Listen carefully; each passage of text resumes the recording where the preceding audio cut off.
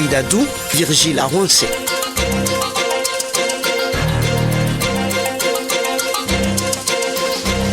Madame, Monsieur, heureux de vous retrouver au grand rendez-vous, le service après-vente hebdomadaire de l'actualité sociopolitique sur Soleil FM. Nous vous avons manqué, c'est sûr, et croyez-moi, c'est bien réciproque, Virgile Aronce.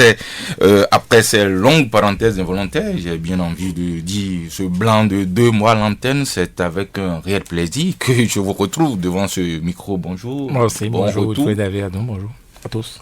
Alors, Vigile, depuis plusieurs semaines, l'actualité se joue autour de la libération de l'espace public et de ses corollaires.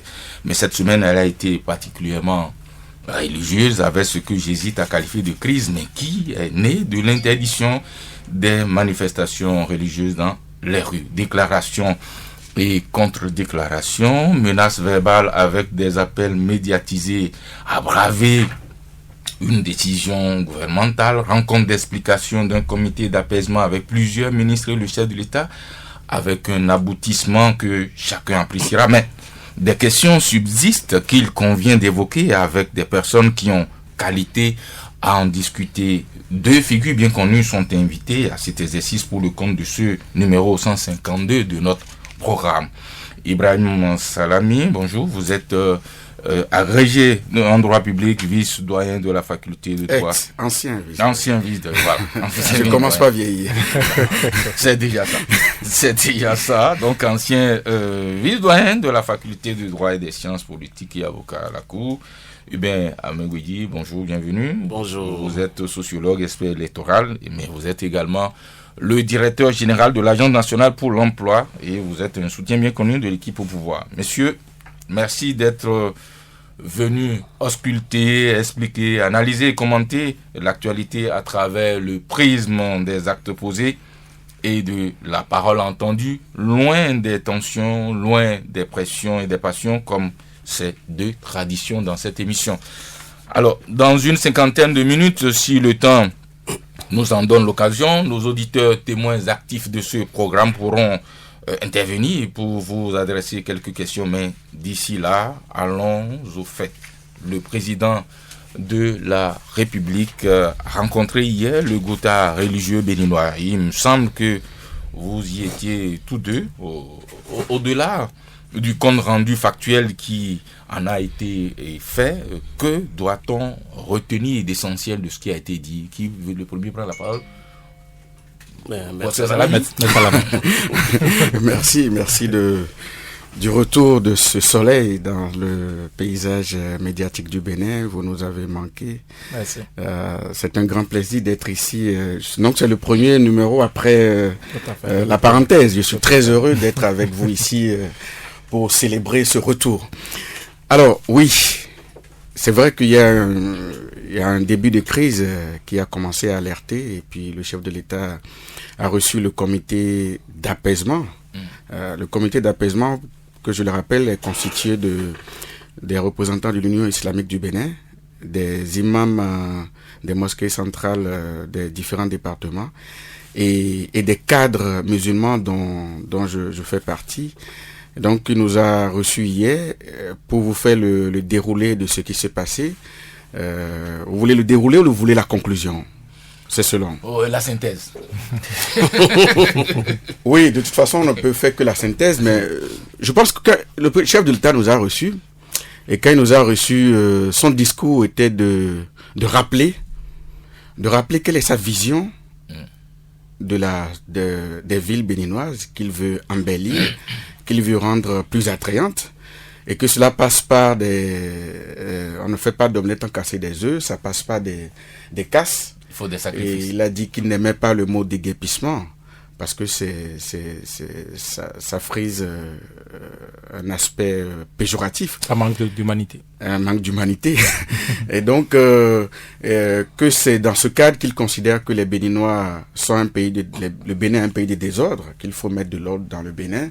Il ne peut pas concevoir qu'on mette des bâches dans les rues pour faire la fête, et qu'il ne peut pas concevoir non plus qu'on mette les bâches dans les rues pour prier le vendredi. Donc, il a terminé son discours, son propos liminaire, qui a duré à peu près 40 minutes, son propos liminaire en disant j'attends de vous, communauté musulmane, que vous soyez mon relais, mon porte-parole, mon complice, pour que cette décision soit appliquée, et on va avoir les mesures d'accompagnement. Disons que c'était la thèse. Et en face, il y avait, nous on avait préparé un discours de 2 pages qui a été bûché par l'imam de la mosquée de... Bûché, vous avez dit? Oui. C'était essentiel, ça? Non, c'était très bien parce que c'était... Non, c'est très bien parce que au début, quand il a commencé à parler, on s'est dit, mais est-ce qu'il va pouvoir tout restituer? Mais il a tout restitué proprement, on était très satisfaits. Et donc, cette antithèse, si j'ose dire, pour présenter les choses schématiquement, c'était de dire que, d'une part, l'intervention du préfet, 3 choses. L'intervention du préfet ce 20 janvier 2017 à la mosquée de Kadiaoun a été vécue comme une provocation, une humiliation et une profanation par la communauté musulmane du Bénin. Ça, c'était le premier point. Deuxième point, nous sommes attachés à la liberté de culte garantie par la Constitution, en ce sens que on ne doit pas créer des entraves à l'exercice de ce culte, et que c'est une pratique bien ancienne que de prier dans les espaces justant les mosquées, lorsque les mosquées centrales sont pleines. Et troisièmement, nous avons demandé au chef de l'État de faire en sorte que, par rapport à cette demande-là, qu'il y ait des mesures d'accompagnement pour que ça puisse se réaliser. Donc ça, c'était l'antithèse. Il a repris la parole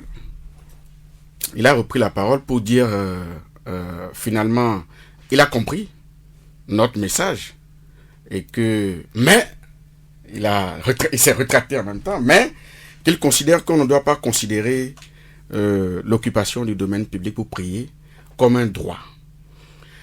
Il considère que c'est des habitudes acquises depuis des années, mais que lui ne peut pas consacrer ça comme un droit. Je restitue, jusque-là, j'ai pas pris position, et qu'il ne peut pas considérer qu'on peut pas consacrer ça comme un droit, parce que s'il le faisait, ce sera un péché contre le Bénin, et ce serait même malséant pour l'islam.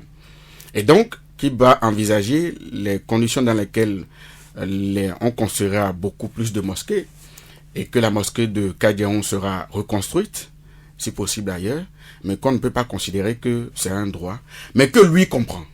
Il comprend que pour les besoins de contrainte, de nécessité, quand les mosquées sont pleines, il comprend que l'on puisse utiliser l'espace à disposition, l'espace public à disposition, pour prier le temps de la prière, et que ce n'est pas au Bénin qu'on verra un chef d'État envoyer des militaires pour tirer sur les gens en train de prier leur Seigneur, que ça n'arrivera jamais, et qu'il n'en peut même pas concevoir que les militaires aillent gazer ou bien jeter de l'eau ou bien exercer de la violence en tout cas contre les gens qui prient, qui ne font rien de mal, et que finalement il attend de nous qu'on soit ses relais et qu'on soit ses porte-paroles, et qu'il veut qu'il y ait un pacte non écrit avec les musulmans.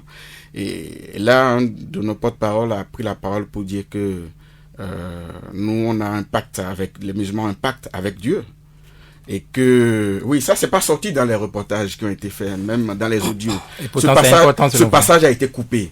Et c'est pas très honnête. Donc, il a dit ça, qu'on ne peut pas concevoir un pacte avec le pouvoir. C'est très important qu'on le redise pour les... Est-ce que ça n'est pas dit un peu au sens figuré ce que le chef de l'État disait là?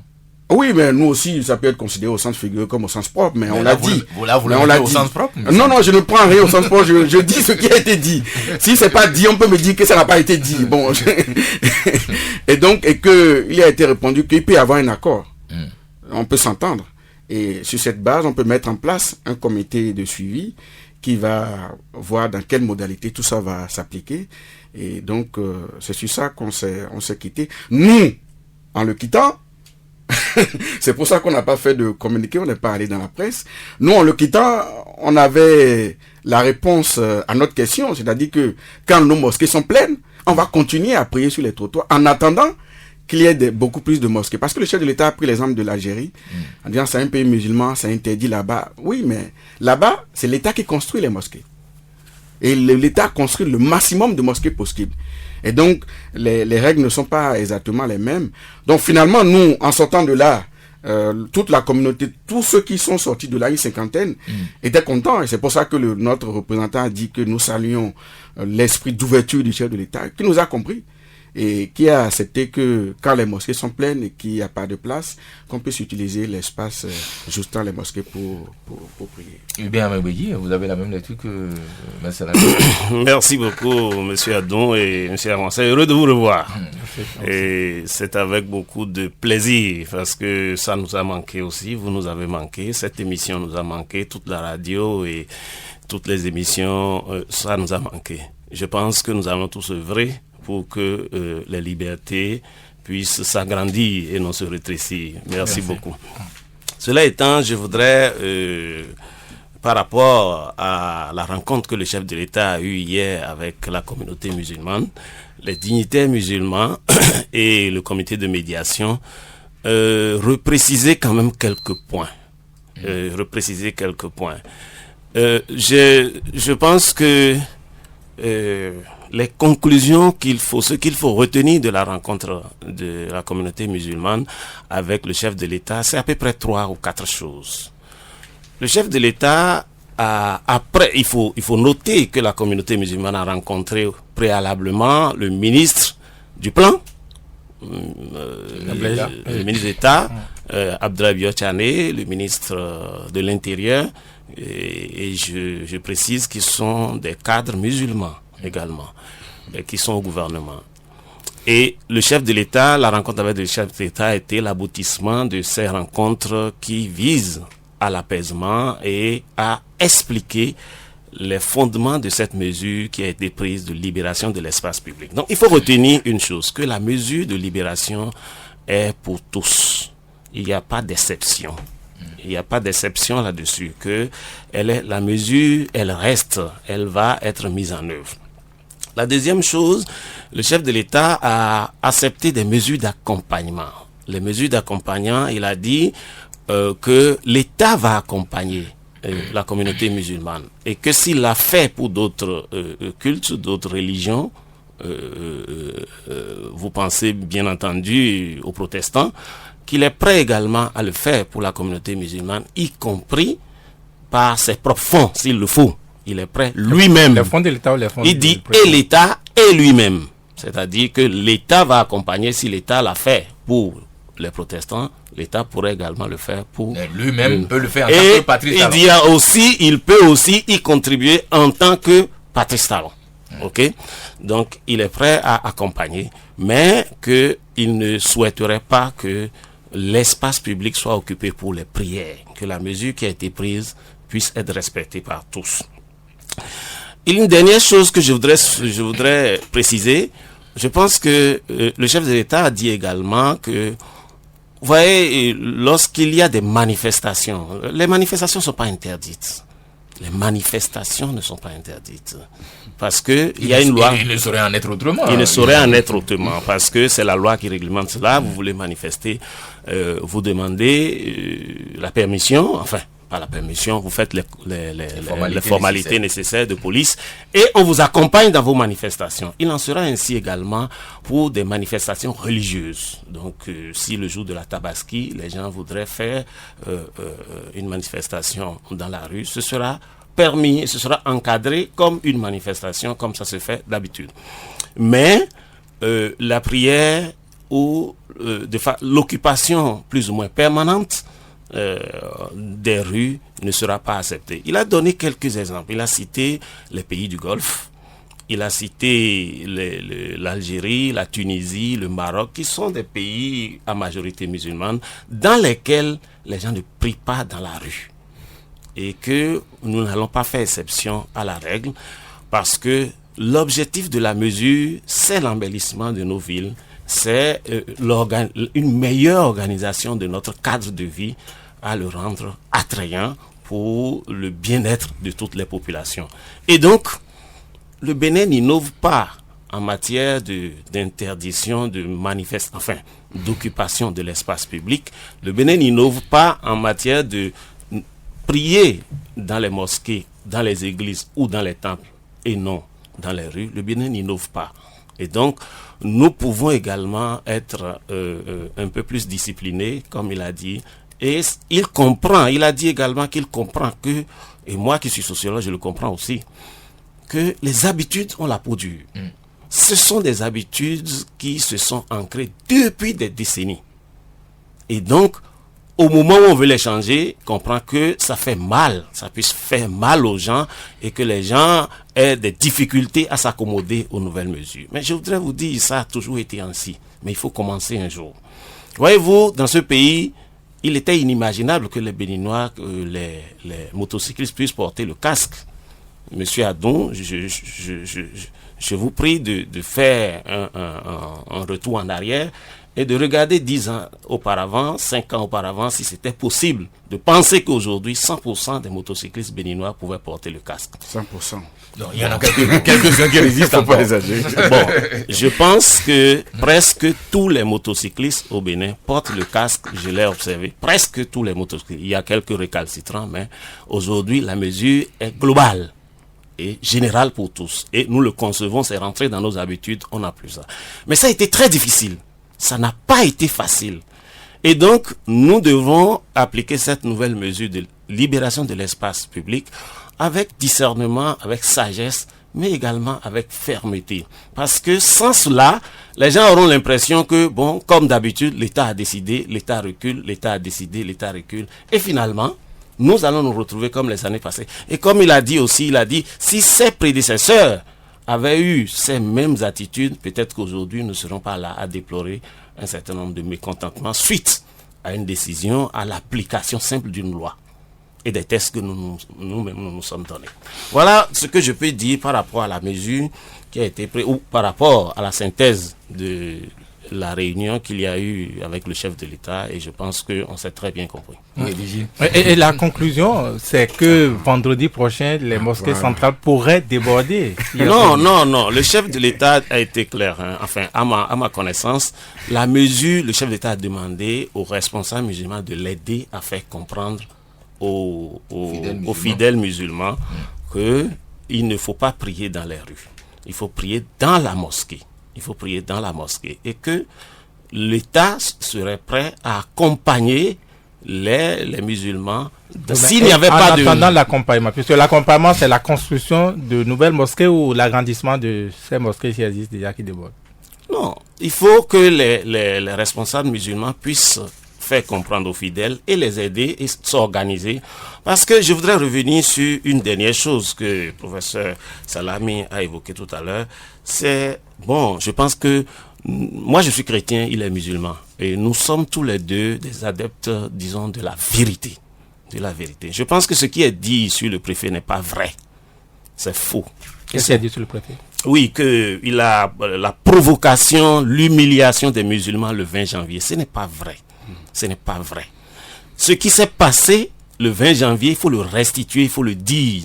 Il y a quelques pécheurs en eau trouble qui ont vite fait de prendre l'incident et le manipuler pour en faire une récupération politique. Ce qui s'est passé, le voici. La préfecture libérait le vendredi 20 janvier l'espace Vaudier, Carrefour Kadjeon, la voie 40. Ils étaient dans la rue et quand ils le font, ils bloquent la rue. La police bloque la rue à l'entrée et à la sortie. Cela se fait partout. Donc, ils ont bloqué. Ils étaient en train de faire la libération du côté en face de la mosquée. L'autre côté. Pas le côté opposé à la mosquée. Et donc, ils ont bloqué la rue à l'entrée à Kadjeon et bloqué au niveau du Vaudier. Et ils étaient en train de faire le travail de libérer au niveau du restaurant qui est en face de la mosquée. Lorsque les gens ont commencé, donc il ne restait que l'autre espace pour la circulation. Il ne restait qu'une seule voie pour la circulation, l'aller et le retour. Et donc, lorsque ce vendredi, les gens avaient commencé, enfin, les fidèles avaient commencé par poser les bâches pour bloquer cette rue afin de prier, il s'est avéré que la seule rue qui restait à la circulation ne pouvait plus passer. Et le préfet s'est approché alors de l'imam de la mosquée, il faut le saluer, qui a un sens élevé de responsabilité. Un sens élevé de responsabilité. Je voudrais prier pour lui et le remercier pour son attitude et vraiment son sens de discernement et de sagesse. Et s'est rapproché donc de l'imam Ligali et lui a expliqué, et l'imam a compris et a donné l'instruction aux fidèles de ne pas poser les bâches. De ne pas poser les bâches pour ne pas empêcher que la seule rue qui restait, la seule rue passante qui restait, ne puisse être bloquée. Je pense que voilà ce qui s'est passé. De là, ce que les gens ont dit, tout ce qui a été écrit, tout ce qui est... Bon, WhatsApp est devenu vraiment un phénomène que nous aimons et que nous détestons à la fois, parce que c'est l'instrument de manipulation aujourd'hui. Ce qui a été dit n'est pas exact de ce qui s'est passé. Nous sommes des gens de foi. Moi, je préfère que nous puissions rendre témoignage à notre foi et dire la vérité telle que ça se passe. Je pense que la mesure fait mal, peut-être, mais de là à ce qu'on transforme ce qui s'est passé, il y a un pas que certains ont vite fait de franchir. Oui, professeur Salami, oui, rapidement sur ce que... Non, c'est pas rapidement, vous allez me laisser le temps. Sinon, on n'a pas un décompteur ici, sinon je serais... Si, il y a un décompteur. Il y a un décompteur. Alors, d'accord, donc j'ai des minutes à rattraper. Ah bon? Oui, je ne savais pas. Non, je pensais que je n'ai pas tout épuisé. Ah non, je sais que vous avez encore des munitions, mais... Allons-y. Non. Monsieur, quand on parlait tout à l'heure, j'ai restitué ce que le comité de crise, le comité d'apaisement a dit, c'est-à-dire le ressentiment de la communauté musulmane. Moi, je n'ai pas restitué les faits. Mon contradicteur a restitué... Non, je ne vous contredis pas, François. Bon, vous me complétez alors, voilà. Avec nuance. Et il a restitué les faits lus par le préfet. Nous, on a écouté l'imam de la mosquée de Kadiaou. C'est pas du tout la même version des faits. Mais au-delà de ça, quelle que soit la vérité officielle, la vérité que vous incarnez aujourd'hui face à moi, et vous ne pouvez pas empêcher les musulmans d'avoir un sentiment ou un ressentiment. Ce sentiment, ça a été un sentiment de provocation, d'humiliation, de profanation. Je le répète, je l'assume. Qu'est-ce qui a été profané? La rue ou la mosquée? Non, je vais vous dire. Non. Lorsque parce que là, vous utilisez quand même des mots assez forts. Qu'est-ce qui a été communiqué? Oui, d'accord. Qu'est-ce qui a été... C'est pas parce que c'est dans le communiqué, c'est la vérité. Qu'est-ce qui a été concrètement profané? La rue ou la mosquée? Est-ce que les policiers sont entrés dans la mosquée avec des chaussures aux pieds, par exemple? Non, je vais vous dire. C'est simple. Voilà. Lorsque on utilise le trottoir pour prier, c'est que la mosquée s'est déplacée sur le trottoir.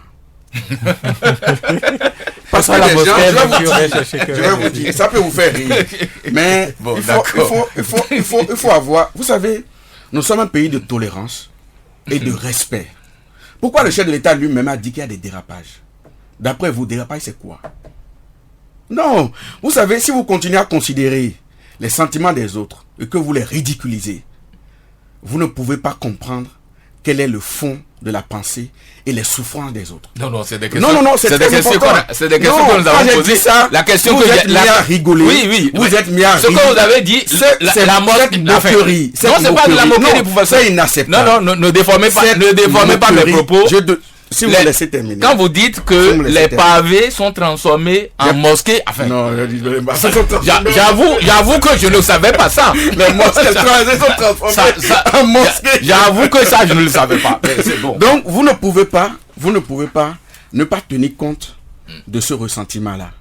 C'est très important. Et puis, vous savez, il y a un hiatus. Oui. Quand on dit on veut embellir les villes, et donc, on ne peut pas prier sur le trottoir. C'est comme si prier sur le trottoir est un facteur de salissure. C'est comme si prier sur le trottoir est un... Qui a envie de... Quand on cite les pays en question là, vous demandez aux fidèles musulmans, qui a envie de rester sous le soleil ou sous les bâches dehors pour prier? C'est parce qu'à l'intérieur, ce n'est pas comme en Algérie ou dans les pays du Golfe, les mosquées sont restreintes et ensuite... Ce n'est pas climatisé comme dans les pays du Golfe. Donc, les gens qui arrivent en retard s'installent dehors. Ce n'est pas la volonté des musulmans de s'installer dehors et de troubler l'ordre public. Je pense que c'est très important de le dire. Vous savez, ce que moi j'ai retenu de cette rencontre hier, c'est que c'est hier qu'on a commencé par comprendre où est-ce qu'on veut nous amener. Qu'est-ce que vous avez compris? C'est-à-dire que cette démarche du gouvernement s'inscrit dans un cadre global de cadre de vie. Or, ce qui s'est passé, c'est qu'on a voulu appliquer d'abord cette décision, et c'est quand il y a eu des protestations qu'on a voulu expliquer à la population, ou surtout à la communauté musulmane. Je pense que le chef de l'État lui-même a reconnu qu'il y a un problème de méthode. Mais ce qui est le plus important, c'est que, vous savez, quand on va à ces rencontres-là, il y a les faits bruts, comme ça s'est passé, et puis il y a le montage qui peut en être fait. Le montage qui en est fait par la presse, même sur RFI, n'est pas conforme à la réalité. Pourquoi vous parlez de montage? Oui, il y a... Toutes les actualités, tous les événements que la presse a réussi à couvrir ont toujours été synthétisés. Croyez-moi, quand un reporter va à la présidence, il a l'obligation de restituer ce qui a été dit en 3 heures, 4 heures de temps en 1 minute 30, ça à la radio. Comment voulez-vous qu'il fasse? Il ne va pas restituer tout ce qui a été dit en 1 minute 30. Non, vous voyez même, attendez, nous voyons même, nous deux. Moi, j'étais à la rencontre. Il semble que il n'aime pas mon contradicteur. Non, on ne peut pas. Ibn Mehdi, vous n'étiez pas dans la salle. J'étais pas dans la salle. Voilà. On lui a fait une restitution, bien il a vu les images après. Non, j'étais allé au palais et j'ai eu le film des événements. Voilà, on lui a restitué la situation. Alors, quand nous sommes sortis, c'est ça le problème. Quand nous sommes sortis de cette rencontre, nous avons une satisfaction par rapport à ce que nous demandons. Mais la présentation qui en a été faite par la presse, qui n'est pas fidèle, a conduit à dire que, eh bien, le chef de l'État est resté ferme sur sa décision, qui n'a pas accepté quoi que ce soit, et que continuer, il n'y a rien à voir. Le chef de l'État a même insisté sur le fait que la semaine dernière, vendredi dernier, les gens ont prié dans la rue, et ça n'a pas empêché quoi que ce soit. Vous voyez, donc la vérité a été travestie, quel que soit le professionnalisme des gens qui font le travail. Si on ne se retrouve pas dans ce qui est dit... Oui, Vigile, un instant. Je voudrais relancer un peu le professeur Salami. J'ai lu sur les réseaux sociaux le sermon qu'on prête, un sermon qu'on prête à l'imam Ibrahim Ousmane de la mosquée centrale de Jonké, un sermon de mon point de vue qui est plein de sens et de sagesse. Alors, cet imam, il dit ceci, que je vais vous lire. Notre occupation temporaire des voies publiques pour observer la prière n'est pas un droit, mais une faveur indispensable pour la communauté musulmane qui ne dispose pas de grands espaces pour l'accomplissement des prières de vendredi. Cette faveur doit être négociée à travers des formalités envers l'État pour devenir un droit inaliénable qui nous serait concédé à travers un décret à l'instar de celui de 1853 qui concède à la communauté catholique le droit d'organiser la procession communément appelée chemin de croix. Et ce l'imam d'ajouter que c'est le moment, cette crise est pour les musulmans, le moment de faire preuve de rigueur par rapport à ce que dit même le Coran. Il faut venir à l'heure à la prière. Et il insiste pour dire que ceux qui s'installent dans la rue pour prier, que ce sont ceux-là qui viennent en retard et qui ont peur d'aller au fond de la mosquée alors que parfois il y a encore de la place. Il a dit ça dans le communiqué. Ben oui. Non. C'est pas un communiqué, c'est un sermon. Non, lisez-moi le passage, il a dit ça.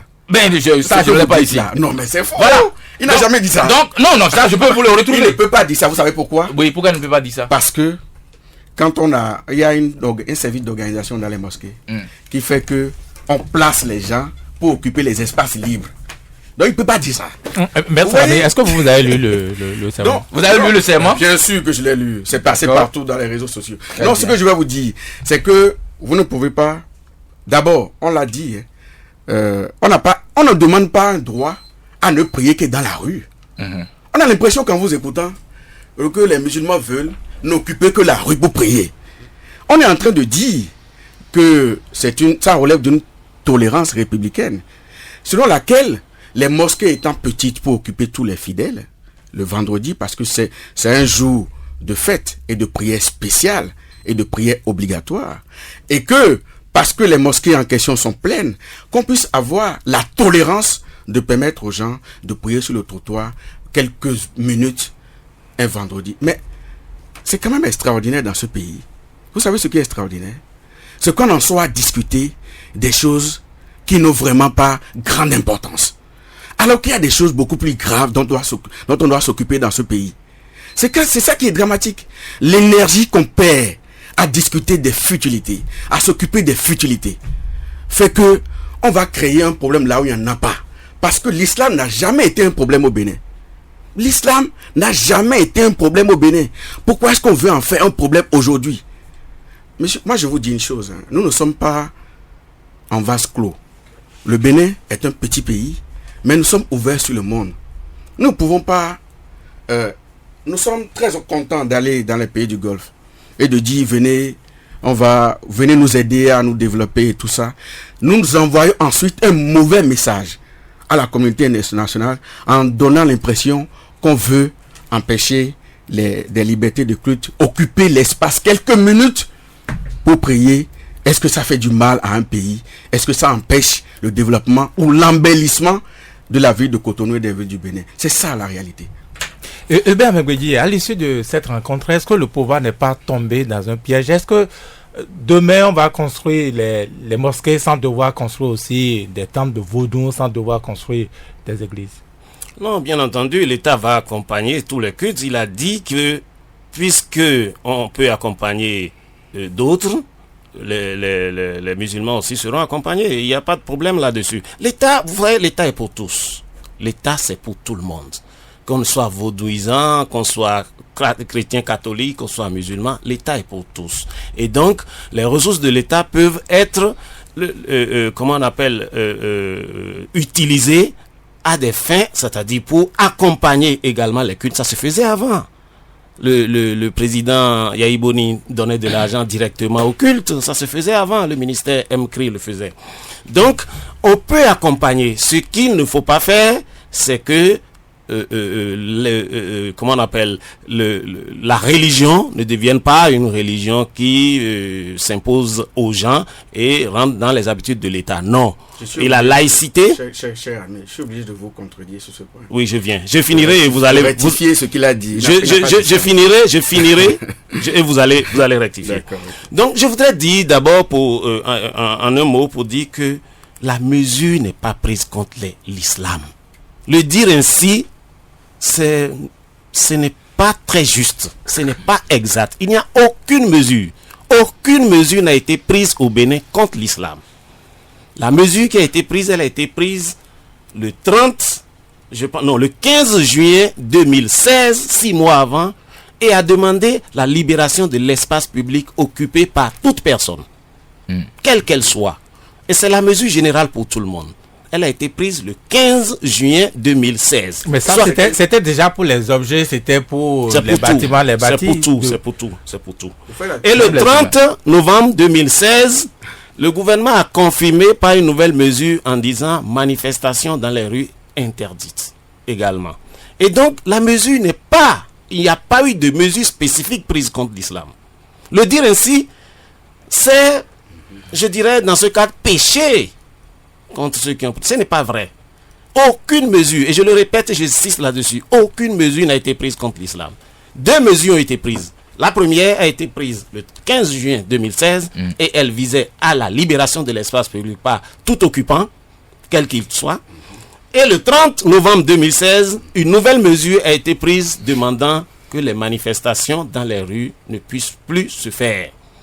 Et que les gens fassent les manifestations dans les espaces réservés à cet effet. Et donc, c'est l'application de ces mesures qui a amené, et je voudrais donner une précision.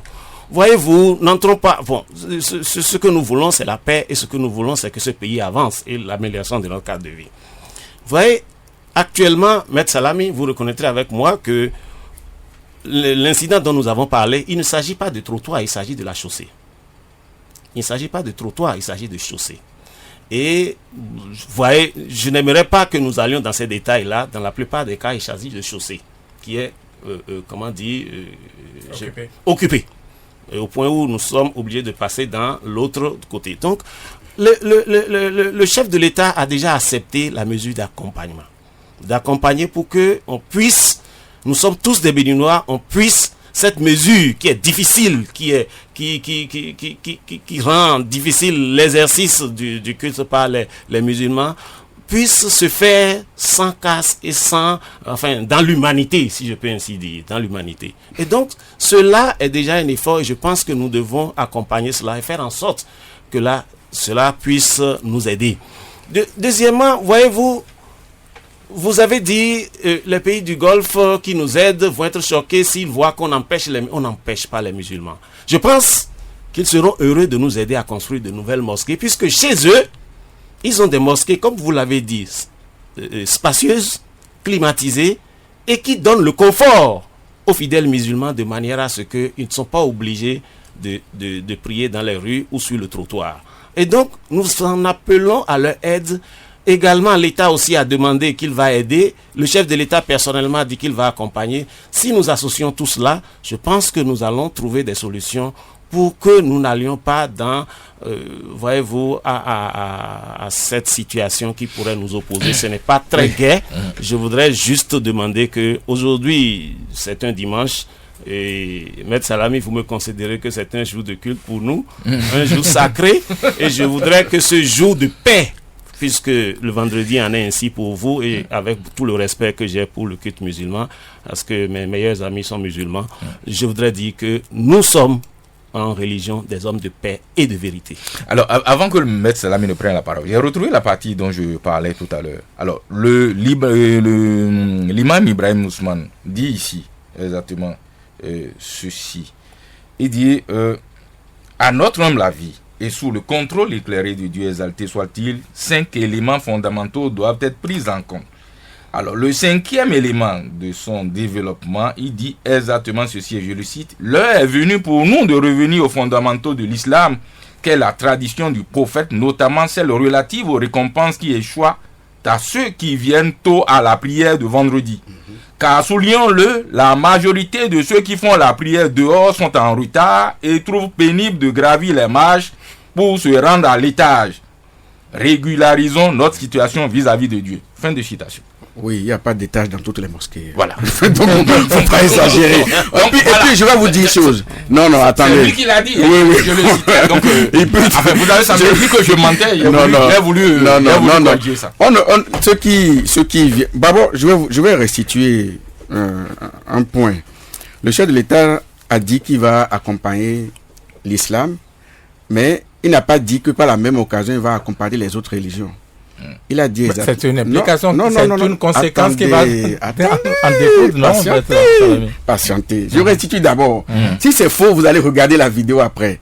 Il a dit c'est pas un droit pour les autres par rapport à ça de demander la même aide. Pourquoi? Parce qu'on veut arracher quelque chose aux musulmans qui constitue non pas un droit acquis, mais une habitude acquise. Et donc, pour leur arracher quelque chose, on leur donne quelque chose d'autre. Mais comme pour les autres, on est en train de rien leur arracher, ils ne peuvent pas s'attendre à ce qu'ils demandent à ce qu'on leur donne le même droit. Il l'a dit à la même séance. Ah oui, il a dit à la même séance, vous verrez la vidéo. Ce qui serait bien, c'est qu'on ait la retransmission intégrale, sans commentaire et sans autre chose de... Alors, deuxième chose, mon ami Hubert Mewidi disait qu'il y a eu 2 tests. Le premier du 15 juillet 2016, c'est 15 juin. C'est quel test? La décision de la libération de l'espace public. En Conseil des ministres. La décision du Conseil des ministres. D'accord, ok. Et la deuxième, 30 novembre? Le 30 novembre 2016. Oui, interdisant les manifestations civiles dans les rues. C'est Conseil des ministres aussi? Conseil des ministres. Voilà. Conseil des ministres. Vous voyez, c'est très important pour que les gens nous comprennent. La préoccupation principale sur un plan juridique, c'est de savoir si est-ce que les musulmans, en priant sur le trottoir ou la chaussée, est-ce qu'ils ont en prise sur l'occupation du domaine public et qu'il faille libérer, les dégager ou les déguerpiller? C'est très important.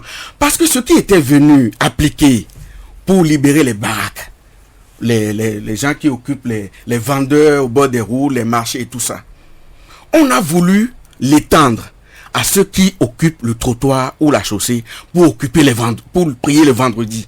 C'est bien ça qu'il y a eu un problème qu'il faut régler. Parce que le sentiment, en écoutant les uns et les autres, c'est qu'on a l'impression que ça gêne, ça pose problème, et qu'on fait partie en quelque sorte du décor qu'on doit dégager, déguerpir. Je trouve que c'est ça, une des choses qu'on doit préciser, qui constitue une préoccupation pour les musulmans parce que, quand je disais tout à l'heure, provocation, tout ça, vous avez semblé rire. Mais vous n'êtes pas à notre place. Et c'est très important. Parce que c'est pas vous qui faites votre interprétation. C'est vous qui faites votre interprétation. Ouais, vous n'allez pas les faire à notre place. Non, on a quand même le droit là. La parole est là. Ce qui m'a fait rire, puisque vous tenez tant, ce qui m'a fait rire, c'est la profanation dont vous avez parlé. Alors, moi, jusque-là, j'ai pas bien compris. C'est pas grave. Bon, c'est pas grave. Parce que si vous voulez pas comprendre, vous voulez pas comprendre. Parce que non, attendez. Donc, vous m'avez pas expliqué. Vous m'avez pas expliqué. J'ai expliqué, vous avez rigolé. Parce que des forces de l'ordre, que des forces de l'ordre viennent dégager des gens qui s'apprennent à prier aux abords du mosquée. Vous savez, il y a même une première pierre qui a été posée pour la reconstruction de cette mosquée. Cette première pierre a été cassée. Il y a le robinet, même la robinetterie, qui a été cassée au niveau de cette mosquée. Donc, invitez l'imam de Kadian. Il va vous dire, nous on l'a entendu. Lui, il a écouté le préfet, c'est son droit. Moi, j'ai écouté l'imam. Donc, moi, je dis, c'est très important ce débat juridique.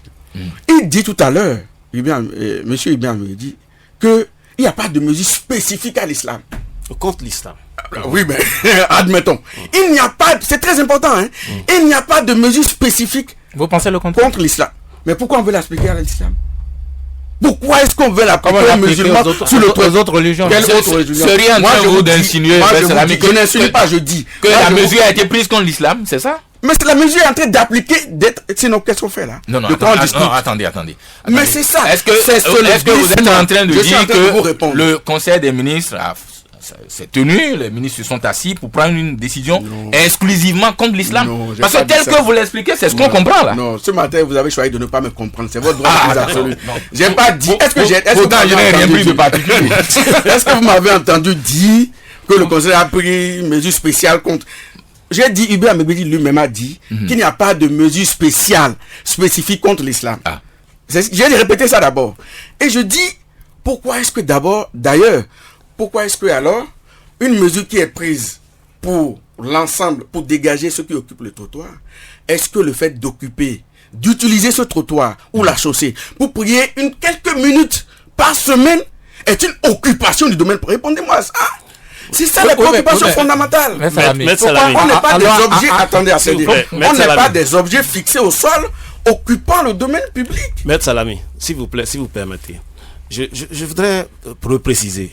Nous sommes tous à Cotonou, Maître Salami. C'est des bâches qui sont posées. C'est des bâches qui sont posées sur la chaussée pour prier. Et je disais tout à l'heure, il n'y a pas eu de mesure, je le répète, spécifique contre l'islam. L'église évangélique qui est à Jéricho et qui débordait le domaine public a été cassée. L'emplacement, les sœurs, les religieuses de Saint-Michel qui ont installé des choses débordant sur le trottoir ont été cassées également. Donc, je voudrais dire que la mesure n'est pas dirigée contre l'islam. Elle n'est dirigée contre personne. Elle est une mesure générale pour la libération de l'espace public. Et dans le cas d'espèce, je précise qu'il y a eu même eu discussion par rapport à la mosquée de Kadian, par rapport à la première pierre qui a été posée, Maître Salami. Et quand nous allons quitter ce studio, nous irons regarder la première pierre. Parce que l'imam Ligali a demandé que la première pierre qui a été posée pour la reconstruction de la mosquée de Kadian ne soit pas touchée. Elle n'a pas été touchée. Donc, nous pourrons aller tout à l'heure, nous allons vérifier tous si elle a été touchée ou pas. Donc, voyez-vous, il y a un peu d'humanité dedans, je comprends. Et nous tous, nous comprenons la difficulté qu'il y a dans l'application de cette mesure parce que les gens ont pris une certaine habitude depuis des décennies. Et il est difficile de changer cela. Et nous tous, nous comprenons cela. Et donc, on doit mettre en œuvre la mesure avec un peu d'humanité, avec beaucoup d'accompagnement comme le chef de l'État l'a promis. Mais on ne peut pas dire que c'est une mesure qui est contre ou qui est dirigée contre une religion. Me dire ainsi, c'est amener les fidèles à se révolter et ce ne serait pas bien. Très bien, nous allons progresser si vous le permettez, vous les deux. Avant cette rencontre d'hier avec le chef de l'État, on avait assisté cette semaine quand même à une levée de bouclier quasi unanime. On a entendu l'Observatoire chrétien catholique de la gouvernance, le cadre de concertation des autorités religieuses et morales, le comité d'apaisement de la communauté islamique du Bénin. Tous dénoncent ce qu'ils qualifient de dérapage et d'amalgame grave suite aux explications de Joseph Diogbenou, ministre de la Justice et garde des Sceaux, nos rues, disait-il, ne peuvent être exposées à l'expression de la foi, et cela, quelles que soient les confessions. Fin de citation. Alors, Ibrahim Salami, qu'est-ce qu'il y a d'outrancier, ou mettons d'outrageant dans ces propos? Pourquoi autant de mois après des propos qui pourtant visaient à calmer, à apaiser les uns et les autres? Moi, j'ai pas dit que c'était outrageant ou outrancier. Non. Je fais la synthèse de l'ensemble de ce que j'ai entendu au sujet de cette déclaration de Joseph Diogbenou. Oui. Enfin, non, je pense que avant de clore notre première tranche, on n'aura pas avancé. Parce que vous voyez, on ne sait pas. La question, même il n'a pas répondu à la question de savoir est-ce que vendredi prochain, là, est-ce qu'on va prier si les mosquées sont débordées? Nous pensons que oui. Et le chef de l'État l'a admis. Bon, ça, c'est un premier. Non, vous me laissez. Je vous ai laissé parler. Vous avez demandé de répondre. Non, vous allez répondre après, comme vous l'avez dit tout à l'heure aussi. Deuxième chose. Est-ce que les processions seront interdites? Je veux, parce qu'il est ici en tant que porte-parole. Il va répondre. Il va y répondre. C'est très important. Alors, je le laisse vous poser des questions, il n'y a pas de Il n'y a procuration. pas de problème. C'est très clair pour nous et il n'y a pas de problème. D'accord. Donc, je reviens maintenant à ce qui a été dit sur la laïcité et sur la conception nouvelle selon moi, de la laïcité. Parce que vous savez, la laïcité, la notion originellement signifie tout ce qui n'appartient pas au clergé. Tout ce qui n'appartient pas au clergé ou tout ce qui n'est pas religieux. Et ça sous-entend que l'État n'a pas de religion. L'État n'a pas de religion, ça ne veut pas dire que l'État ne reconnaît pas les religions. Ça ne veut pas dire que l'État ne reconnaît pas les expressions privées et collectives de la foi. La foi se partage. Ça se partage en public. Ça peut se partager dans les rues, dans les espaces publics. Et ça, c'est toujours fait. La conception de la laïcité qui a été professée à cette occasion est une conception restrictive de la laïcité. C'est une conception restrictive de la laïcité à laquelle on doit faire très attention parce que la laïcité est l'une des rares libertés ou droits constitutionnels, mais en plus, qui ne fait pas faire l'objet de révision de la Constitution. Donc, si on doit aller à une interprétation restrictive de la laïcité, la moindre des choses, c'est que ce ne soit pas décrété. La moindre des choses, c'est que ce ne soit pas prise de façon unilatérale. Et c'est là où je rejoins la discussion qu'on a eue tout à l'heure. Quelle est la base légale, le fondement légal de cette lecture? Est-ce que la libération de l'espace public, telle que demandée par le gouvernement, conduit à une lecture restrictive de la laïcité dans notre pays? C'est ça qui est le vrai débat. C'est pour ça que j'insiste sur les fondements légaux de la décision de libération de l'espace. Est-ce que parce que on doit dégager les baraques qui occupent les trottoirs, les rues, etc., des gens qui occupent illégalement l'espace public, est-ce que ça conduit inéluctablement ou de façon subtile au fait que la conception de la laïcité que nous avons toujours eu dans ce pays, avant la Constitution de 1990 et pendant l'exercice pendant l'application de cette Constitution, depuis au moins 27 ans, les textes fondamentaux n'ont pas changé, aucune loi n'est venue restreindre cette laïcité et cette liberté. Est-ce que par le simple fait de libérer le trottoir, on doit restreindre la laïcité dans la conception qu'on a de la laïcité? Ça, c'est une question fondamentale. C'est un vaste débat. Merci beaucoup. Bon, mais sur la même question, en attendant de donner réponse aux questions du professeur Salami, nos rues ne peuvent plus être exposées à l'expression de la foi, et cela, quelles que soient les confessions. N'est-ce pas là quand même une déclaration osée, quand on sait que dans ce pays, les gens sont fondamentalement croyants et qu'en plus, nous avons laissé prospérer ces dernières années toutes sortes de pratiques religieuses, allant de ceux qui revendiquent le titre de Dieu jusqu'aux autres qui empêchent les gens de dormir la nuit. Alors, Hubert Mengbedi, n'est-ce pas quand même courageux d'oser tenir de tels propos dans un pays aussi croyant que le Bénin?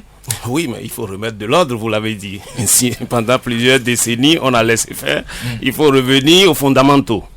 L'expression de la foi se fait dans les églises, dans les mosquées, dans les temples, dans les couvents et non dans les rues. Cela, c'est le fondamental. Et Maître Salami est d'accord là-dessus. L'expression de la foi s'exprime. L'expression de la foi, je le répète, s'exprime dans les églises, dans les mosquées, dans les couvents, partout. Donc ça c'est le principe. Attendez. Donc le chemin de la croix n'est pas l'expression de la foi. Non, attendez, j'en viens. Donc voilà, c'est l'expression de la foi. Et d'ailleurs, j'ai eu un débat, le professeur Olo nous a donné une communication, nous avons eu un débat sur la laïcité d'ailleurs, parce que on va dans certains bureaux, et moi qui suis chrétien, on voit une grosse croix. Comment on appelle le fonctionnaire, il met une croix de Jésus, où il met, et nous avons fait un débat, on a dit il y a quand même une violation de la laïcité, parce que le service public doit être neutre. Parce que là vient et le musulman et le vaudouisant, et lui, pourquoi on va lui imposer des signes religieux dans les services publics? Et donc, on ne doit pas exprimer sa foi dans les services publics. Mais il faut aller à l'église, dans les temples, dans les mosquées pour le faire. Parce que nous sommes de différentes religions, il faut éviter que d'en imposer sa foi aux autres. Le Bénin est laïque et le professeur l'a rappelé tout à l'heure. La laïcité de l'État, c'est ça qui est affirmé dans cette déclaration. Maintenant, pour en revenir à ce que vous avez dit, j'ai dit tout à l'heure, ce que Wilfried a rappelé. Oui. Dans ce que j'ai dit tout à l'heure, dans les conclusions de la rencontre du chef de l'État, une des choses, peut-être on n'est pas suffisamment revenu là-dessus, vous savez, il y a les manifestations répondent il y a la loi qui réglemente les manifestations dans les rues. Vous faites les formalités et vous manifestez. Et donc, vous pouvez le faire également. C'est permis si le jour de la Tabaski ou le jour de, je sais pas, de Noël ou de janvier, de Pâques, vous voulez faire une manifestation dans la rue, vous faites les formalités de police et vous serez accompagné comme cela se fait. Il n'y a pas de problème à ce niveau-là. Le chef de l'État l'a reconnu et l'a dit. Mais une occupation permanente, régulière, ce dont nous parlons, mais ce que vous venez de dire, je termine au chemin de la croix, par exemple. Oui. Je viens. Je pense que le chef de l'État a reprécisé la mesure. Il est préoccupé par le chemin de la croix. Et c'est pour ça que je dis, autant que vous, et je dis que le chef de l'État a reprécisé la mesure. Donc désormais c'est permis le chemin de la croix. Oui, si les gens font les formalités qu'il faut, une manifestation de rue, c'est une manifestation qui vient périodiquement, un peu comme les syndicats décideraient de marcher, parce que ils circulent dans la rue, ils n'occupent pas la rue. Donc, s'ils veulent le faire, ils vont faire les formalités de police. Mais quelle est la différence avec ce que vous dites et ce que font les musulmans? Les musulmans, s'il vous plaît, ce qui se dit et ce qui est dit, occupent en mettant des bâches sur la chaussée tous les vendredis. 52 fois dans l'année. Dans l'année. Ce n'est pas une manifestation. Ok, s'il vous plaît. C'est une prière qui se fait dans la rue. Ok. Je pense que il faut. Nous sommes dimanche aujourd'hui. Il faut témoigner. Il faut faire témoignage à la vérité. Et donc tous les jours, pas que les dimanches. Oui. Dieu a l'écoute les dimanches. En plus. Attention. Donc la mesure n'est dirigée. On a dit une occupation de l'espace public. C'est très bien ce qu'il dit. Oui, tout à fait. Tout à fait. Donc, je voudrais dire, et il y a un aspect de la question que nous semblons occulter. Vous voyez, le pouvoir exécutif a l'obligation de protéger les citoyens. Qu'il vous souvienne qu'à Nice, un fou, je l'appellerai comme ça, a utilisé une voiture pour écraser des dizaines de gens dans la rue. Qu'il vous souvienne, cet incident qui a eu lieu à Nice, en France. Ne nous faites pas peur. Non, je ne veux pas vous faire peur. Maître Salami, Maître Salami, s'il vous plaît, je pense que il faut que l'État, l'exécutif qui a l'obligation de protéger les citoyens, et le ministre de l'Intérieur, Saka Lafia, qui est un dignitaire musulman, il a rappelé. Bon, d'accord. Si vous voulez, je n'ai pas la connaissance dans ce domaine. Qui est un fidèle musulman, l'a rappelé dans ses propos.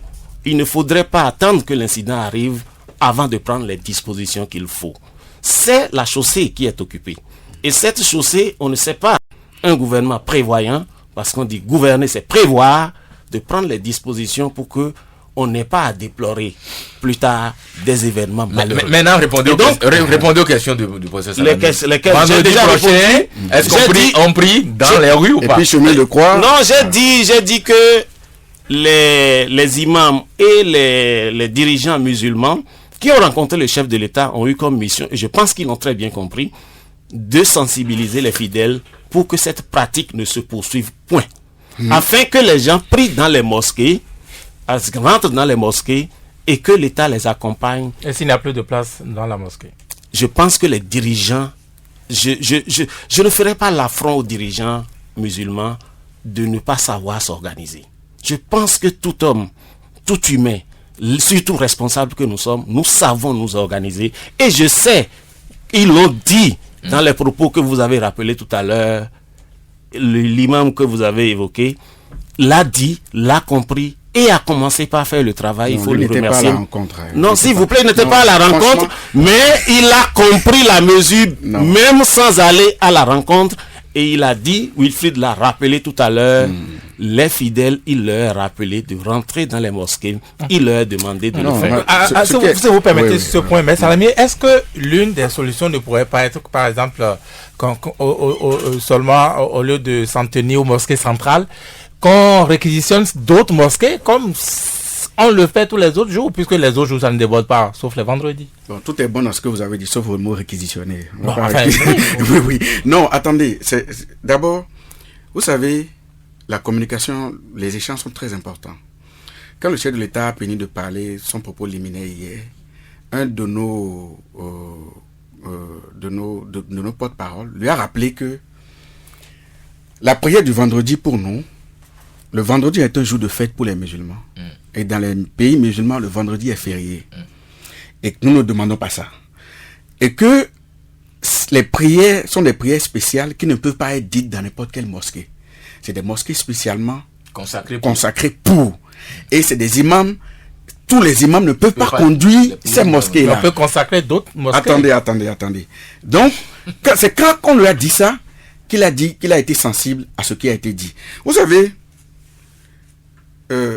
les musulmans ont déjà même admis, avant même de rencontrer le chef de l'État, qu'ils ne mettraient même plus de bâches sur les routes pour prier.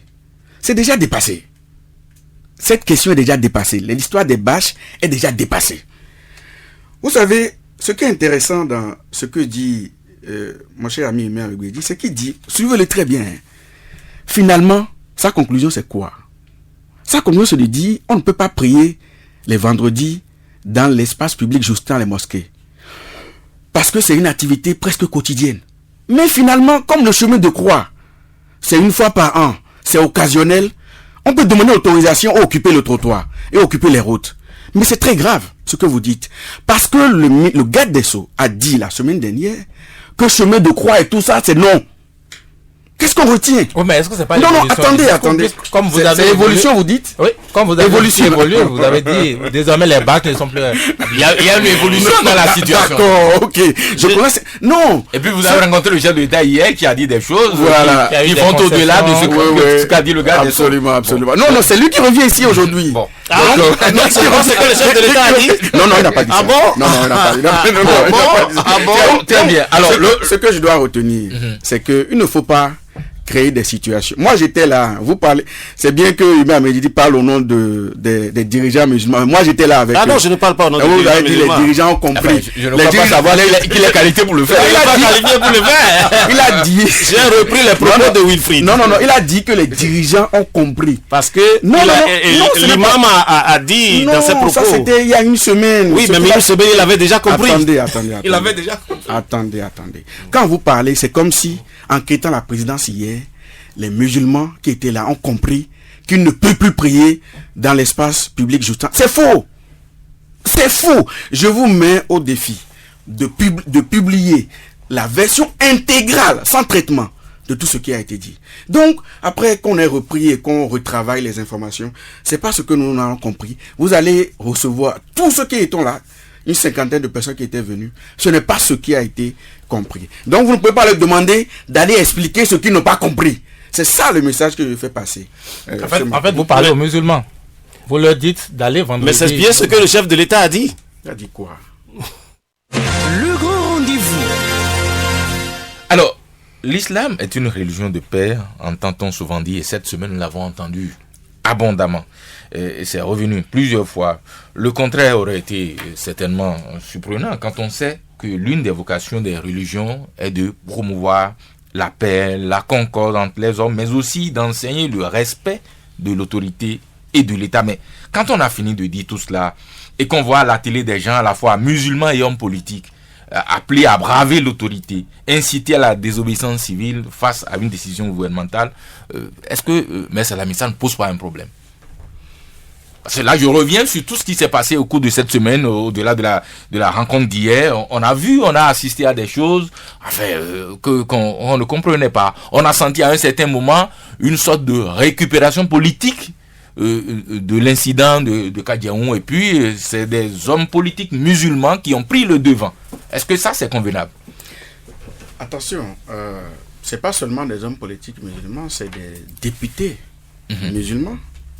Et qui l'ont assumé.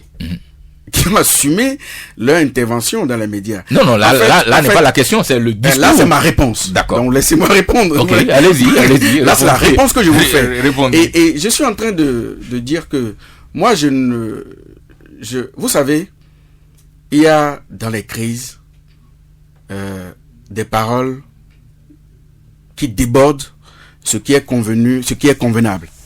Mais attention, quand on analyse une situation comme celle-là, il faut dénoncer à la fois les dérapages et il faut dénoncer les dérapages matériels et il faut dénoncer aussi les dérapages verbaux.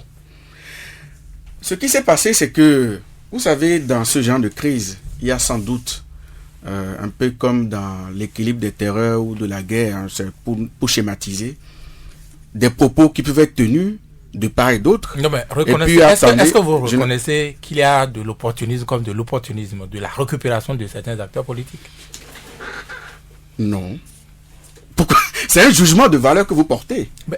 Non, c'est ça que je vous dis. Non, c'est pas un jugement de valeur, c'est un fait et c'est un constat. Non, attendez, Wilfried. Quand, pour le nommer, Issa Salifou finit en disant qu'il faut que les musulmans œuvrent à ce que, à la tête de ce pays, ils puissent placer désormais un musulman. C'est son droit. Qu'on appelle ça. Pourquoi les musulmans n'auraient pas le droit? N'est-ce pas de la récupération politique? Mais est-ce qu'on n'a pas débordé là? Attendez. C'est extrêmement grave ce que vous dites là. Il l'a dit. Pourquoi est-ce que... Est-ce moi qui pose la question sur ce qu'il a dit? Attendez, calmez-vous. Pourquoi est-ce qu'un musulman ne va pas souhaiter qu'il y ait un musulman à la tête du Bénin? Les chrétiens peuvent souhaiter qu'il y ait un chrétien à la tête du Bénin. Un Dagbovi peut souhaiter qu'il y ait un Dagbovi à la tête de... Pourquoi c'est un problème? Et puis je vais vous répondre, j'irai encore plus loin. Pourquoi vous allez être surpris que les hommes politiques fassent de la récupération politique? C'est quand même extraordinaire. C'est parce que c'est leur métier de faire de la récupération politique. Exactement. Non.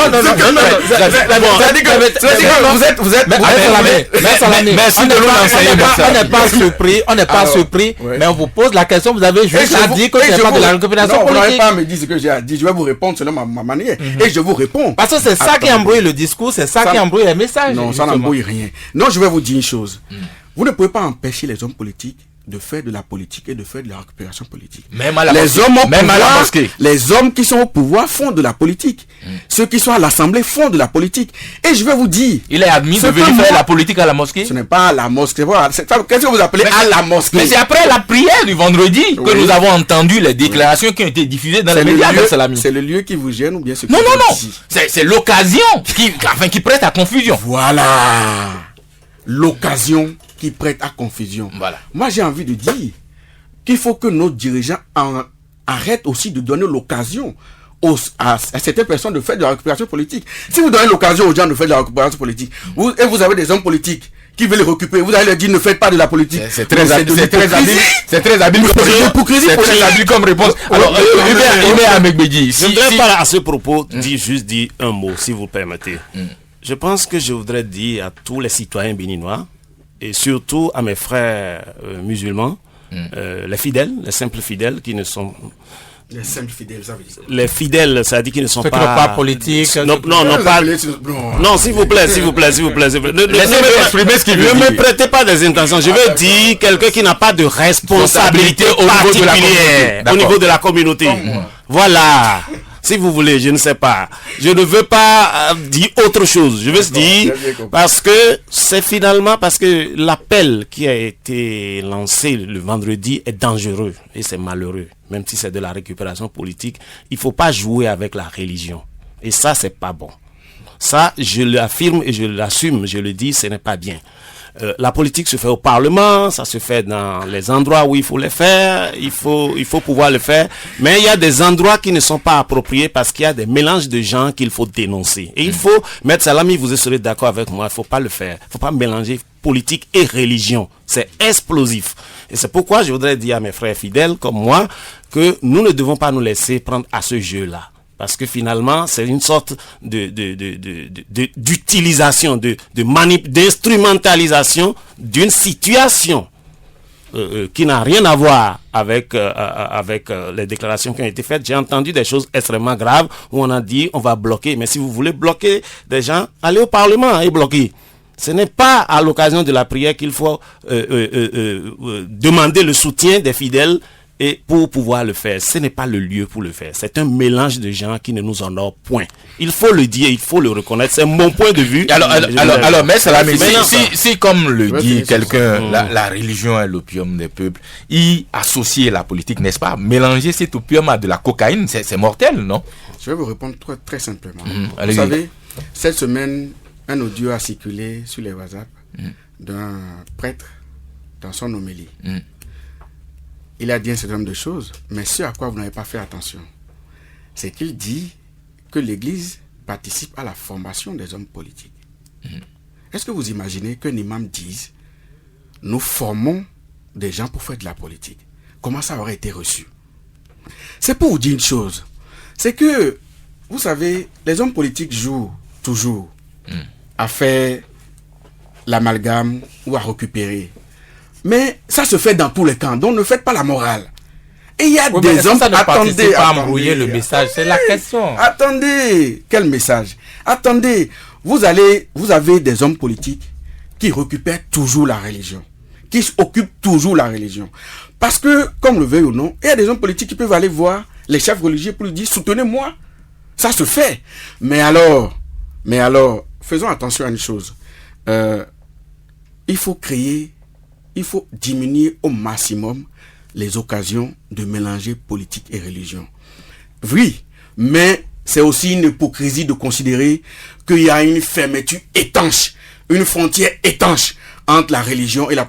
Vous savez, quand on a fini hier la rencontre, le chef de l'État a demandé qu'on termine par une prière. Et on donnait la parole à un imam pour faire la prière. Mais normalement, quand vous allez au Niger, avant même de prendre la parole, les gens font la prière. Donc, des fois, il peut y avoir des interpénétrations. Mais c'est aux politiques de savoir où s'arrêter. Et ces hommes politiques-là, il faut les recevoir pour savoir quelle est leur pensée ou leur... Alors, professeur, mais le professeur Albert Evoyere, dont l'actuel sujet de... Le frère Melchior. Oui, voilà, dont l'actuel sujet de prédilection est le chemin de la paix par le dialogue interreligieux, a suggéré que les confessions religieuses, à travers leurs représentants, saisissent le juge constitutionnel qui tranchera une bonne fois pour toutes et que cela fasse jurisprudence. Pourquoi n'avoir pas privilégié cette voie-là au vacarme que nous avons, médiatique auquel nous avons assisté toute cette semaine, ou bien nos confessions religieuses n'ont plus elles aussi confiance au juge constitutionnel? Est-ce que les confessions religieuses ne croient plus à nos institutions? Bon, je pense que la question est très importante. Mais je reviens toujours sur le débat juridique parce que ça va me permettre de répondre à votre question. Vous avez dit tout à l'heure, M. Ibn Mehdi disait tout à l'heure, il n'y a rien de spécifique à l'islam. Comme test. Contre l'islam, ouais, toujours. Ouais. Comme test. C'est ça. Donc, il n'y a pas de test qui s'applique spécifiquement. C'est son application qui devient un problème. Mais aujourd'hui, on peut faire un recours devant la Cour constitutionnelle contre les applications et même le comportement ou même la parole d'un ministre. Je pense que tout ça est envisagé, mais de toute façon, nous on était dans une démarche d'échange avec l'autorité et de règlement à l'amiable avec l'autorité et de trouver un terrain d'entente avec l'autorité. On a cru l'avoir eu hier avant que l'emballement médiatique nous ramène à ce qui n'a pas été retenu comme conclusion. Vous pensez que c'est de la manipulation? Ah oui, complètement. Que la presse est manipulée. Ah, c'est le cas de le dire. C'est le cas de le dire. Si vous voulez, allez voir. De toute façon, si ça continue comme ça, le comité d'apaisement sera obligé de faire un communiqué. C'est en cours de préparation pour donner sa version des faits. Et si le fond va faire une conférence de presse pour préciser les choses. Parce que là, on a comme le jour et la nuit entre ce qui a été dit et convenu avec la plus haute autorité de l'État. Vous allez voir le communiqué qui a été publié sur la page Facebook du chef de l'État. Le chef de l'État, attendez. Le chef de l'État n'a pas dit, relisez ce communiqué sur la page Facebook du chef de l'État. Il n'a pas dit... Ça contredit ce que disent les médias. Non, il n'a pas dit que... on n'a pas vu la conclusion selon laquelle il est interdit dès vendredi prochain de prier à l'espace public juste dans les mosquées, lorsque les mosquées sont pleines. Il n'a jamais dit ça. Il n'a pas dit ça. Dans ce communiqué. Il va falloir que quelqu'un reprécise. Oui, mais c'est ça. C'est pour ça que je dis. Monsieur Amebedi est là en tant que porte-parole du gouvernement. Non. Vous êtes en tant que quoi? S'il vous plaît. Non, le gouvernement, vous êtes juriste. Le gouvernement a un porte-parole attitré. Ah bon, c'est qui? Ah bon, vous ne le savez pas? Ah non, ce n'est pas dans le décret normal. Le grand rendez-vous. A reçu des décrets, mais normalement, porte-parole du gouvernement. Permettez, monsieur, permettez qu'on évolue vers la fin de cette émission. Alors, les gens s'accordent à reconnaître que le Bénin est un exemple de coexistence pacifique des religions jusqu'à récemment, où on a commencé par assister à des attaques violentes de certaines confessions contre d'autres, des prêches de plus en plus stigmatisant les religions traditionnelles, notamment des attaques entre chrétiens par prêches interposées et qui sont parfois diffusées sur les médias. On a besoin de rappeler les dernières violences d'inspiration religieuse, j'ai envie de dire, qui ont eu pour théâtre Abomey. C'est assez singulier pour qu'on n'en parle pas. Ce genre de violence entre religions au Bénin est plutôt rare. Alors, n'est-ce pas la preuve d'un malaise qui grandit et qu'il faille rapidement s'y conscrire? Hubert Megbeji. Merci beaucoup. Avant de répondre à votre question, juste un mot. Vous avez parlé de la saisine de la Cour constitutionnelle et j'adhère à cela. Je pense que le professeur est d'accord également pour que nous puissions contribuer à asseoir notre jurisprudence en la matière. Je pense que... Mais pendant ce temps, je pense J'espère que vous n'avez pas une assurance sur ce point. Non, pourquoi? D'accord, okay. Pourquoi? Je ne sais même pas. Je pense que nous sommes des républicains. C'est souvent arrivé comme ça, on a l'assurance avant d'accepter. Mais professeur, si c'est vous qui me le dites, alors moi, vous m'incitez même à faire un recours. Bien sûr, bien sûr. Vous encourage à faire un recours. Je vous encourage, professeur. Vous savez, ça le désarme plutôt. Professeur, vous savez, ce qui me, c'est à nous de décider. Voilà, de votre encouragement. Non, ce qui me fait plaisir, c'est que vous êtes qualifié pour être membre de la Cour. Donc, par rapport à cela, je voudrais vous inciter pour que nous puissions tous apprendre. Mais en attendant, ce que nous avons appris et ce que nous apprenons dans nos églises et dans nos mosquées, c'est en attendant la décision du juge, nous appliquons les mesures pour que le juge puisse nous départager. Cela étant, je reviens à ce que vous avez dit. Ce que vous avez dit est par rapport à l'incident de Guanamé, mais je pense qu'il y a à ce niveau, il y a eu une sous-information ou une mauvaise information qui a beaucoup circulé et qui a amené à faire une... L'information, c'est quoi? Non, ce qui s'est passé à Guanamé, il faut le dire en deux... pas à Guanamé, excusez-moi. À Abomey, avec l'église de Guanamé, il faut restituer la vérité des faits. C'est quoi la vérité? La vérité des faits est que l'État est laïque et protège tout le monde, toutes les religions. Les fidèles de Guanamé ont demandé à faire un culte à Goro et ont demandé la permission à la mairie, l'ont obtenu.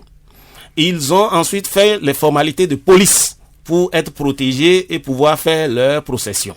Ils l'ont obtenu. Ils ont payé à la gendarmerie, à la police pour pouvoir être encadrés. La police, les dirigeants de la police ont demandé à ceux qui sont sur les lieux s'ils avaient besoin d'aide. Ils ont dit non, qu'ils maîtrisaient la situation. Et ensuite, la situation a dégénéré. L'enquête a révélé que les responsables policiers qui étaient là-bas n'ont pas fait leur travail, c'est-à-dire le travail de protéger les personnes qui avaient demandé la protection de la police. mais les ont abandonnés aux attaques d'autres personnes. Vous me répondrez que ce qui a causé l'attaque, ce seraient les déclarations au cours de cet événement, cette prêche-là. Il faut investiguer là-dessus et pouvoir obtenir exactement, et l'enquête est en cours actuellement pour pouvoir savoir ce qui a été réellement dit. Mais ce qui s'est passé après était que ces fidèles ont été lynchés, ont été attaqués par d'autres en présence des forces de l'ordre qui étaient... Mais je vous dis ce qui s'est passé. J'ai été à Abomey avec une délégation de ministres. Nous sommes allés à Abomey et nous avons été informés de la situation. Ils portaient des fusils qui n'étaient pas appropriés, comment on les appelle, des AKM, et avaient prétesté qu'ils n'avaient pas assez de matériel pour contenir ceux qui attaquaient, la furie de ceux qui attaquaient. Mais l'enquête a révélé qu'ils avaient des centaines de cartons de gaz lacrymogène qu'ils n'ont pas utilisés. Et les CRS appelés en secours ont pu maîtriser la situation très rapidement. Donc il y a une négligence, un parti pris de la part des dirigeants de la police qui a amené le gouvernement à prendre des sanctions. À prendre des sanctions parce que la police doit être neutre. Et à la fin, vous avez déclaré... Les armes traditionnelles qu'on a vues... J'en viens là. Et à la fin, les personnes, 100%, je vous dis, des personnes qui ont été arrêtées et placées en garde à vue étaient les personnes d'un seul camp. L'enquête a révélé que les attaquants des autres camps qui devraient, pour qu'on puisse faire la part des choses, personne, pas une seule personne de ces personnes n'a été interpellée pour être interrogée. Il y a donc une sorte de parti pris qui a été organisé à l'encontre d'une certaine religion. L'État n'a pas à prendre parti. Les officiers de l'État n'ont pas à prendre parti. Ils doivent traiter les citoyens de façon équitable. De la même manière, c'est la même loi pour tous. Il y a donc une sorte de négligence, une sorte de parti pris qui a été sanctionné par l'État. Et puis, l'enquête se poursuit actuellement. Et le procureur a décidé de poursuivre l'enquête en mettant les gens sans mandat. Vous n'avez pas répondu à la question. Les armes blanches... c'est ça que je viens de vous répondre. Je vous dis, le procureur... ça appartient. Oui, le procureur a décidé de poursuivre les personnes interpellées. Sans mandat. Ceux qui sont venus avec ces armes, ils étaient non violents. J'ai pas compris votre question. Ceux-là qui sont venus avec des fusils traditionnels, avec les couteaux. Ils n'avaient pas déjà l'intention d'agresser là. Mais vous voulez vous transformer en juge? Ils étaient dans leur bâcher avec les armes, comme vous l'avez dit. Ils ont on va la prier avec des armes. Non, mais ils n'allaient pas. Oh non, écoutez. Alors là, je vais vous répondre. Peut-être vous n'avez pas la vérité des faits. C'est après les événements, et donc les fidèles de cette église, ayant constaté que la police ne les a pas protégés, ont décidé donc de répliquer. Ils sont allés s'armer, et ils ont pris une bâchée et évoluaient vers le lieu de l'incident. Ils ont été interpellés en route par les policiers qui les ont arrêtés, qui leur ont arraché les armes, et l'affaire a été confiée au parquet qui a décidé de les poursuivre sans mandat. Alors, il ne s'agissait pas de venir à la prière avec les armes, c'est bien après les événements. Donc, je ne suis pas ici, et je vais vous le dire très clairement à Vigile, je ne suis pas ici pour défendre quelqu'un. Mais je suis ici pour vous dire... Nous aussi, nous sommes... Non, je suis ici pour vous dire la vérité. Nous sommes à la poursuite de la vérité, c'est ça. L'impression que... L'impression n'est pas la vérité. Oui, bien sûr. L'impression que ces événements ont laissé dans l'opinion, c'est qu'on peut circuler aisément aujourd'hui avec des armes, se faire attraper par la police et puis rentrer chez soi tranquillement sans être inquiété. Parce qu'on a vu quand même les images sur les réseaux sociaux, ces messieurs avaient des armes et forcément ils n'étaient pas dotés des meilleures intentions. Avec des armes de cette nature, ils avaient l'intention d'aller faire des choses jusqu'à aller donner la mort. Alors je vais vous poser la question. Lorsque pour Radio Soleil, vous demandez, je ne justifie pas. Je ne justifie pas. Je vous ai raconté que il y a déjà eu l'incident. Ils ont été attaqués. Vous avez vu les voitures qui ont été brûlées, les motos, les tricycles, les blessés. Les avez-vous vus ou vous avez vu que les armes? On a vu les images. Ok. Est-ce que l'État a pour rôle simplement parce que dans leur camp, les blessés graves, les voitures brûlées, les motos brûlées. Ça n'a pas de sens. L'État ne doit pas se prononcer là-dessus. Non, moi je ne parle pas je parle des faits. Je parle des armes. Et je vous parle de blessés. Circulent dans notre pays. Et je vous parle de blessés. Vous ne me demandez pas que ceux qui les ont blessés, on ne les arrête pas. Tout le monde doit répondre. Voilà. Et donc la justice saisie a remarqué que les autres qui ont blessé, aucun d'eux n'a été arrêté. Aucune de leurs armes. Vous croyez qu'ils ont blessé les gens avec la main? Ils les ont blessés avec les armes. Le procureur chargé de l'enquête, qui dirige l'enquête, a estimé qu'il pouvait poursuivre ceux dont vous parlez et les autres sans les garder en prison, sans mandat. C'est ceci qui justifie cette faveur de poursuite sans mandat. Il n'y a pas de faveur. Le mot que vous venez d'utiliser, est inapproprié. Très bien. Et nous ne sommes pas. Il n'y a pas de faveur. Monsieur Amekbedji, heureusement, nous avons un avocat dans ce studio. Il est en même temps professeur. Des espoirs ici tout de suite. Mais Salami, en de pareilles circonstances, qu'est-ce qu'on fait? Bon, non, d'abord je dois... Nous n'avons plus beaucoup de temps, on n'a que 2 ou 3 minutes, allez-y rapidement. Non, je dois juste dire que... Et quand j'écoute M. Hubert Amekbedji, il se défend de n'être pas porte-parole du gouvernement, mais il a des informations très précises. Il n'est même pas au gouvernement. Il n'est même pas au gouvernement. Alors, on peut être porte-parole sans être au gouvernement, c'est pas grave. Monsieur Salami. Non, je vous chahute. non, sérieusement, il est très bien documenté. Une enquête a révélé, je ne sais pas combien de temps l'enquête a duré, parce que entre le moment où ça s'est passé et le fait que le commissaire a été relevé, ça n'a pas duré. Oui, ensuite, et vous savez attendez. Cher ami. Après l'émission, on restera amis. Toujours amis. Et il dit des centaines de gaz lacrymogènes n'ont pas été utilisés. Et le sentiment, c'est que ce n'est pas... Je ne sais pas si... Moi, je ne suis pas dans le secret des dieux. Mais le sentiment qu'on a, c'est que c'est plutôt l'État qui peut faire preuve de parti pris. Parce que quand vous arrêtez des gens en bande et qui sont armés, et vous dites non, il dit faveur, vous dites non, c'est pas une faveur. C'est grave.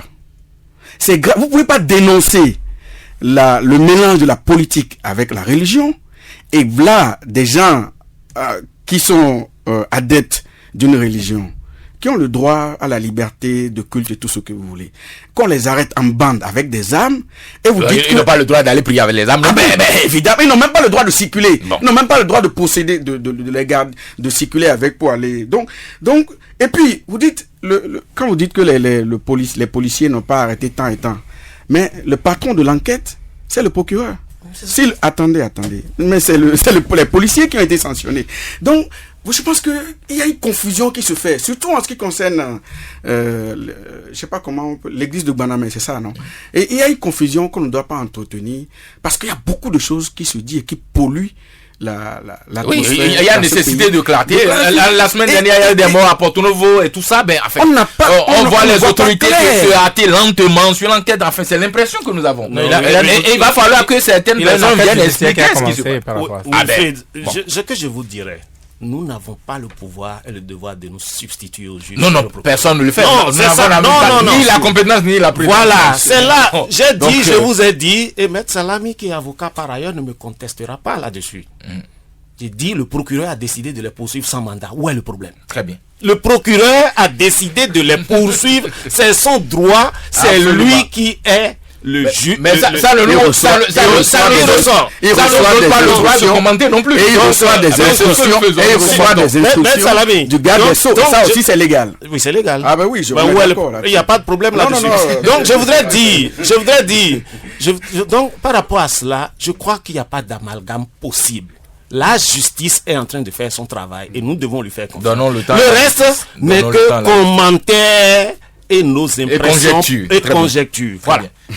Alors, commentaires et conjectures, vous avez parlé de Porto-Novo, mais une enquête est ouverte. Qu'est-ce que vous voulez qu'on fasse? L'enquête est ouverte. Est-ce que nous allons nous substituer aux enquêteurs pour décider ce qui va se passer? L'enquête est ouverte et est en cours. Les fautifs, s'il y a... Mais vous savez, les gens sont décédés dans leur maison. On dit qu'ils seraient des adeptes de choses. Le lien entre leur foi et leur décès, il faut l'établir. Il faut une enquête. Absolument. Mais qu'est-ce que vous voulez qu'on aille arrêter les gens sans savoir ce qui s'est réellement passé? Très bien. Je crois que ne faisons pas le mélange. Nous sommes des professionnels. Je suis en face d'un professionnel. Vous avez fini par répondre, et c'est déjà très bien. Alors, Ibrahim Salami, agrégé de droit public, avocat à la Cour et membre de la communauté islamique et communauté musulmane, et Hubert Amegwedji, sociologue, expert électoral, directeur général de l'Agence nationale pour l'emploi, soutien de l'équipe actuellement au pouvoir, étaient nos invités pour le compte de ce numéro 152 du Grand Rendez-vous. Messieurs, je vous remercie d'être venus en direct éclairer l'actualité de vos opinions. Vigile Avancé, Wilfried Adon et moi-même, Yamidi Omanet, vous prie de continuer à nous rester fidèles. Rendez-vous dimanche prochain, même fréquence, avec de nouveaux invités, si Dieu le veut.